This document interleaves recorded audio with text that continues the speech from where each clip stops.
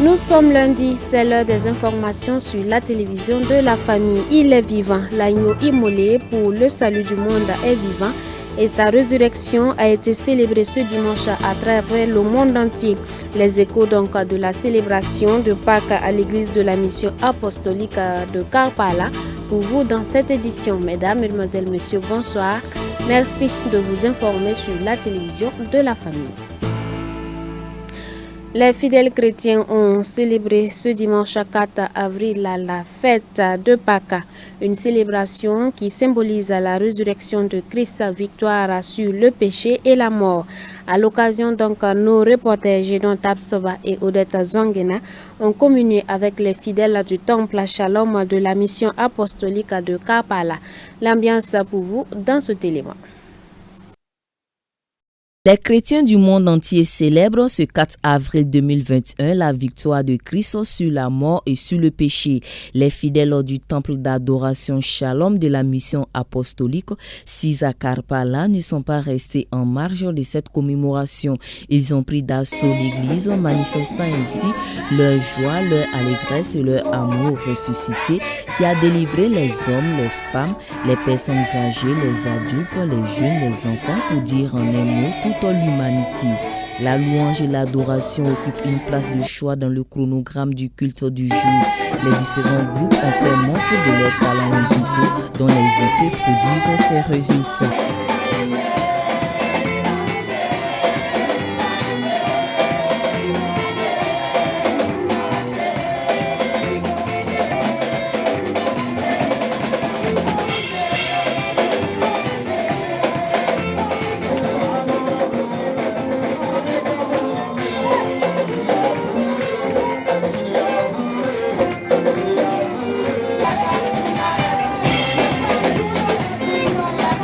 S'il est vrai que ces fidèles fêtent victorieusement cette résurrection dans une totale béatitude, il en demeure moins que d'autres savaient s'en démarquer, à l'image de ses frères et sœurs qui, par leur témoignage, rendent grâce, honneur, puissance et magnificence au Seigneur pour ses miracles opérés dans leur vie. Ma nièce aussi a été baptisée hier. Vraiment, je suis dans la joie parce que quand on a dit que si tu crois, toi et ta famille seront sauvés. Et hier, vraiment, j'étais réjoui. La Pâque représente ainsi la fête la plus importante pour les chrétiens. Elle est au cœur même de la foi chrétienne. Le messager du jour en a mis l'accent. Le pasteur Ali Congo est revenu de ce fait sur ce qui caractérise même cette célébration. Nous avons à l'esprit la mémoire de ce sacrifice achevé à la croix. Et c'est ça le fondamental de la vie du chrétien. Si nous négligeons cela, nous négligeons notre salut et nous sommes en danger alors. Parce que Christ nous a sauvés des ténèbres.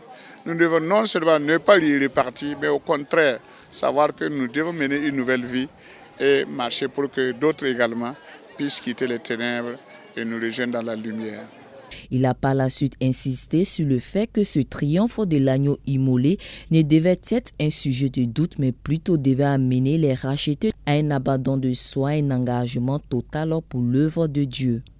Christ n'est pas mort en vain, il est mort pour nous sauver, mais ce n'est pas seulement le salut, mais de nous engager à ce que nous puissions porter aussi le message loin dans notre famille, dans notre communauté, et partout où Dieu nous appellera.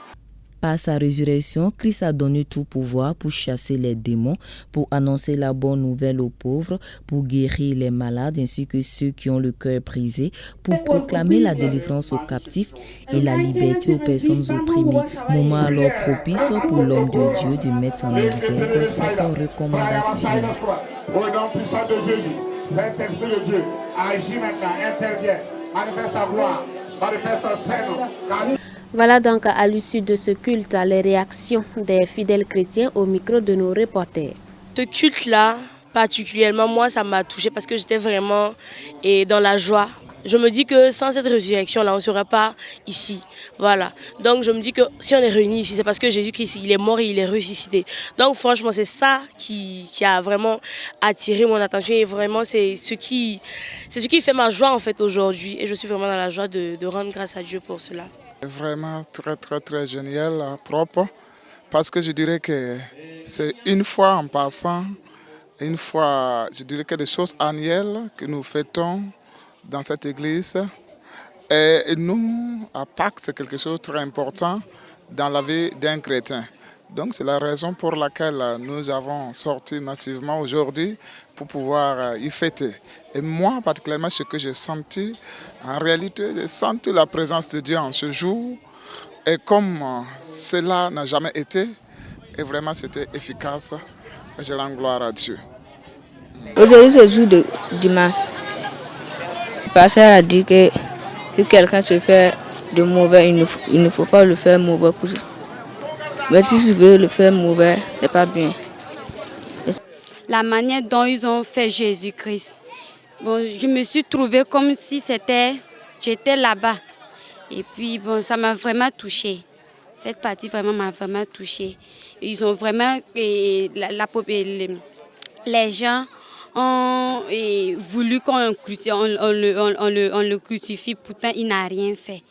Mais par la grâce, comme c'est la volonté de Dieu, au fond de moi, je me sens vraiment touchée. Parce que le Christ est mort à la croix pour nous sauver, les morts pour nos péchés. Et aujourd'hui, vraiment, nous devons être vraiment dans la joie. C'est la joie vraiment que nous devons être aujourd'hui. Centenaire à Zorgo, la célébration régionale du centenaire de l'Église des Assemblées de Dieu du Burkina Faso se poursuit. Samedi dernier, la région ecclésiastique de Zorgo, dans le Ganzourgou, ne s'est pas soustraite. Elle a rendu gloire au Seigneur pour les 100 ans d'existence de l'Évangile au pays. Une commémoration qui a été riche en couleurs avec des prestations, la remise du flambeau et la reconnaissance des pionniers. On voit cela avec Antoinette Bénon, Xavier Ouedraogo. Quelques semaines après la célébration officielle du centenaire de l'Église des Assemblées de Dieu du Burkina Faso, la région ecclésiastique de Zorgo s'est mise dans la danse en commémorant son centenaire et cela à l'église centrale de Moktedo. Des moments de partage de joie et de reconnaissance au Seigneur pour ses nombreux bienfaits. Les autorités administratives, coutumières et religieuses n'ont pas manqué d'honorer cette célébration et c'est avec empressement que les ressortissants de la région ont rejoint les frères et sœurs pour rendre gloire au Dieu vivant. Vraiment, il est content que nous puissions célébrer au niveau des régions notre centenaire et il est reconnaissant au pasteur Michel d'avoir eu cette vision et que ça nous permet aussi, eux aussi qui sont un peu à l'extérieur, ils puissent vraiment se joindre à cette grâce que le Burkina Faso a eu, à savoir l'arrivée de l'évangile il y a 100 ans. Même ses souhaits est que l'Église puisse toujours prospérer et que ceux qui vont venir après puissent faire mieux et que l'Église grandisse au Ganzourgou pour la gloire. Un clin d'œil sur les dévanciers dans la foi au cours de la célébration. Comme le dit la Bible aux Hébreux 13, verset 7, « Souvenez-vous de vos conducteurs qui vous ont annoncé la parole de Dieu, considérez quelle a été la fin de leur vie et imitez leur foi. » Un message donné par le docteur Enoch Yameogo, à l'issue duquel 75 personnes ont été distinguées pour l'œuvre menée dans la région, un geste qui a marqué les pionniers. C'est une grâce pour nous que l'Église ait honoré, en tout cas, ces gens qui ont vraiment tout donné. On est enfant, on a vécu beaucoup de choses avec eux. Ce n'était pas simple. C'était à pied. Et si tu gagnais une bicyclette, c'était comme aujourd'hui, tu avais une voiture V8, quoi. Et c'était à pied. Ils portaient tout par la tête. C'était un peu difficile. Mais ils ont tenu bon. Et aujourd'hui, c'est une joie pour nous de recevoir cet hommage. Autre temps fort qui a marqué cette commémoration, c'est la remise de flambeaux aux enfants. Ils ont été responsabilisés à propager l'évangile dans la région et ailleurs. Une mission qui n'est pas la moindre, mais ils ont répondu favorablement à l'appel. Garder le flambeau allumé avec l'Esprit de Dieu, et tout est possible.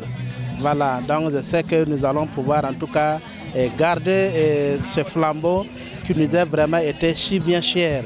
Parce que nous savons tous que Christ, vraiment, il a beaucoup souffert sur la croix pour nous.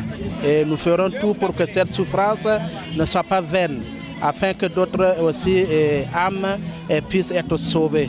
Et nous savons qu'au Burkina Faso, il y a des âmes encore qui ont toujours besoin de ce salut. Et je crois que le DENAD, à travers ces enfants, qui sont l'église donc de demain et les responsables de demain, et nous allons tout faire pour que cet évangile se propage donc à travers les contrées de ce pays et surtout dans les contrées de cette région. Il faut noter que c'est en 1943 que l'église des AD a été implantée au Ganzourgou par le pasteur Senogo Ouedraogo. Aujourd'hui, la région ecclésiastique des Orgo compte 4 sous-régions, 148 églises, 166 pasteurs et environ 20 000 fidèles. Une implantation qui a impacté positivement la région sur tous les plans. Le ministre en charge des infrastructures du Burkina Faso, fils de la région ayant pris part à cette célébration, souhaite un bon vent à l'œuvre missionnaire dans la région de Zorgo. Les pionniers non plus. C'est d'abord un très grand honneur pour nous d'avoir été invités à la commémoration du centenaire de l'église des Assemblées de Dieu de la région donc du Ganzourgou. Nous sommes fiers de cette église. Nous avons été témoins de toutes les grâces que le Seigneur a données à cette église. Nous avons été témoins de la reconnaissance des fils de l'église d'aujourd'hui au Père fondateur. Et je me rappelle de la célébration de ce centenaire à Ouagadougou qui a connu la présence du président Roch-Marc Christian Kaboré, preuve s'il en est encore besoin, que notre gouvernement est attaché à la laïcité et en même temps à l'expression libre de la foi de tous les croyants. Je souhaite que l'Église des Assemblées de Dieu au Burkina Faso continue de grandir, continue de servir dans le milieu qui l'accueille, être également vecteur de la cohésion, vecteur de la paix, vecteur de l'harmonie entre tous les enfants de Dieu. C'est beaucoup d'honneur pour nous. Nous avons été étonnés aujourd'hui d'être distingués parce qu'on ne savait pas que les actions que nous posions, c'était des actions assez visibles. Donc nous sommes très émus et puis on profite de l'occasion pour dire merci aux premiers responsables de l'Église, des AD, qui ont pensé que l'action que nous avons posée, c'est une action salvatrice et nous en sommes fiers. C'est un acte de reconnaissance, qui le recevra davantage même au ciel. Parce que là, c'est ce que les fidèles, les croyants ont remarqué de par sa connaissance de son dévouement pour l'évangélisation au Burkina et à travers tous les villages. Et nous voyons tout ce qui s'est passé ici. Nous ne pouvons que rendre gloire au Seigneur, que l'église de Ganzourgou se mette davantage. Parce qu'il a aimé évangéliser. Et il aimait dire aussi que le moisson est là, il faut des ouvriers pour aller. Alors donc je souhaite que les jeunes se donnent et acceptent la vocation et deviennent des pasteurs. Parce qu'on a toujours des villages qui nous entourent, qui n'ont pas encore d'église, ils n'ont pas de pasteurs.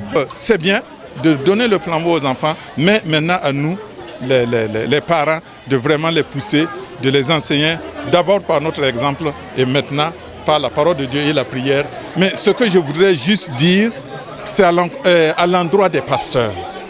Vous savez, si vous prenez le Britannique militaire, ou bien vous prenez l'armée, ou bien la gendarmerie, il y a beaucoup d'enfants, d'anciens gendarmes, ou bien d'anciens militaires. Moi, je prie Dieu que mon enfant aussi prenne ma Bible et prêche la parole de Dieu. Malheureusement, ce n'était pas le cas avec nos parents. Au contraire, on nous refusait même de taper le goumbé, que de laisser, c'est pour les enfants qui viennent de se convertir. Donc, ça nous a pas, c'est parce que Dieu vraiment, il a eu pitié de nous. Sinon, c'est un peu révoltant. Donc, moi, je pense qu'il faudrait que les pasteurs aient un changement de mentalité, responsabilisent leurs enfants dès leur bas âge et que l'Église, effectivement, s'intéresse aux enfants. Ils sont là, c'est comme s'ils ne suivent pas, mais ils suivent bien. Et si nous misons sur nos enfants avec des bons exemples, en leur enseignant la parole de Dieu, je pense que la relève sera assurée. Nous ouvrons la page de l'actualité hors de chez nous avec un mot de santé. Le Nigeria immunisera peut-être bientôt sa population contre le coronavirus avec un vaccin sorti de ses laboratoires. Le pays travaille sur le développement de 2 vaccins dans ses laboratoires. On voit cela dans cet élément. Le Nigeria immunisera peut-être bientôt sa population contre le coronavirus avec un vaccin sorti de ses laboratoires. Le pays travaille sur le développement de 2 vaccins contre la Covid-19 en effet. C'est Boss Mustafa, le patron de la task force contre la pandémie dans ce pays ouest-africain, qui a annoncé l'information. Le Nigeria a mis la main au porte-monnaie. Le géant ouest-africain a ordonné en janvier la mobilisation de 25 millions de dollars dans cette perspective. Abuja n'exclut pas aussi de produire des vaccins sous licence, à l'image de l'Inde pour AstraZeneca. L'idée pour le pays est de tenir son pari, vacciner 140 de ses 200 millions d'habitants. Pour l'heure, le Nigeria n'a encore reçu que 3,92 millions de doses de vaccins AstraZeneca de l'initiative COVAX.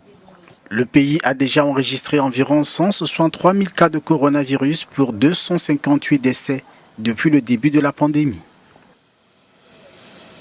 Et pendant ce temps, en Israël, les populations sont de plus en plus nombreuses à délaisser leurs masques.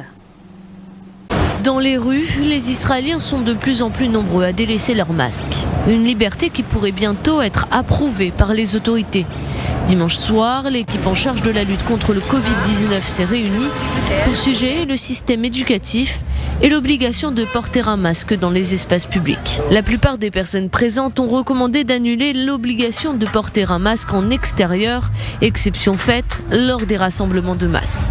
Fervent défenseur de cette nouvelle liberté, le coordinateur en charge de la lutte contre le Covid-19, Arman H, souligne qu'il n'y a plus de justification épidémiologique à cette restriction. Face à lui, le directeur général du ministère de la Santé, Rezi Lévy, et la chef des services de santé publique, Sharon El-Reprice.